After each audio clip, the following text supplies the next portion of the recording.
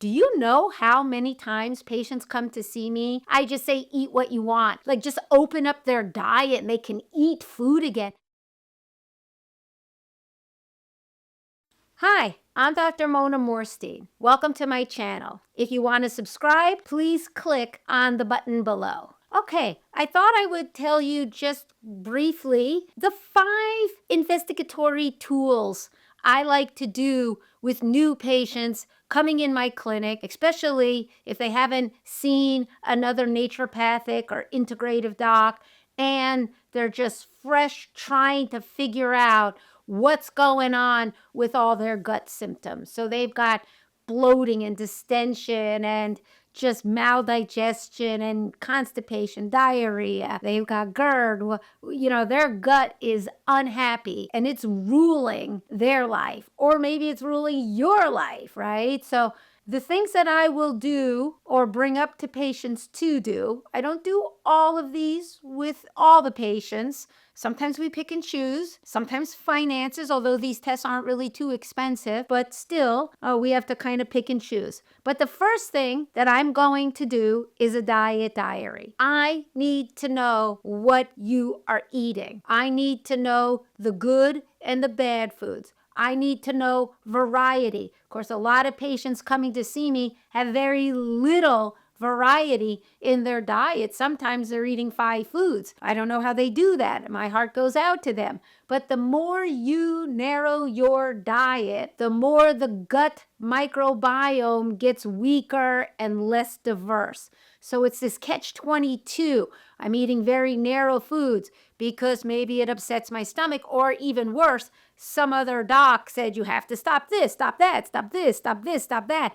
I think that drives people crazy in the integrative world, is all these restrictions that doctors put on them and their diet. Do you know how many times patients come to see me and while we're waiting for test results, I just say, eat what you want. Like, just open up their diet and they can eat food again. The vast majority come back already feeling better, physically, but also mental, emotionally, because someone finally told them they could eat food again. Anyway, diet diary, that's very important. I want to know what you're eating, breakfast, snack, lunch snack, supper snack. I want to know your symptoms, your bowel movements. Do this for a week. And this gives me a good idea of nutrient intake, what's pro or anti-inflammatory, the variety, all these things that is important for me to know when trying to figure out what's going on with each individual patient. Another one I do then to consider is a food sensitivity test. These are 184 foods, IgG food sensitivity test. I use Alletes, Allettess. That's a company I've been using for 20 years. I've been to their lab. I'm 100% sure that they are good people doing great testing. That may be something we do, whether if they're in office here or a finger prick. But sometimes it's good to know that your body says exactly this food is okay, but this food I'm reacting to, right? Another, of course, is a SIBO test, right? That's a breath test. I use Aero Diagnostics. It's the only lab I really use. That is obviously to help understand if a patient has SIBO. And then the third test is a stool analysis. SIBO for small intestine, the stool for the large intestine. Because a lot of things in the large intestine can be off and can cause symptoms that may even mimic SIBO, for example. So we're looking at ova and parasites and worms, and we're looking at a long list of bacteria that can be overgrown, causing problems. We're looking at fungal overgrowth. We're looking at serious bacterial overgrowth.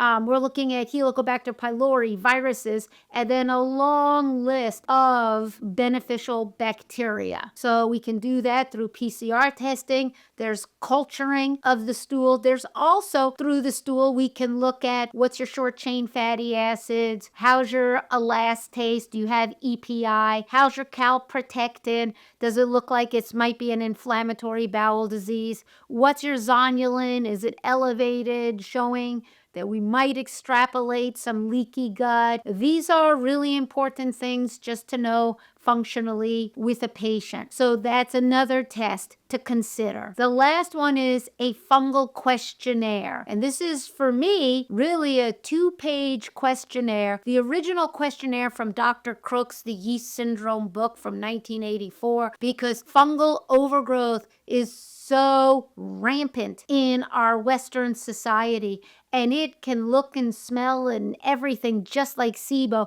but it has some different symptoms, particularly the brain fog. I can't concentrate. So fungal overgrowth. We can have fungal overgrowth in the colon, where the stool would pick it up, or we can have fungal overgrowth in the small intestine where nothing picks it up. We may have rover on Mars digging in the dirt and analyzing what minerals are in there and then sending it back to us on radio waves, which is amazing. But we don't have a test in Western society. We don't have a test that says, oh, you have fungal overgrowth in your there's nothing that we can do in that regard. Some people say, well, when they do an EGV, they can get a sample. That's like the first inches of your small intestine. It's 20 feet long. What if you have fungus in foot 13?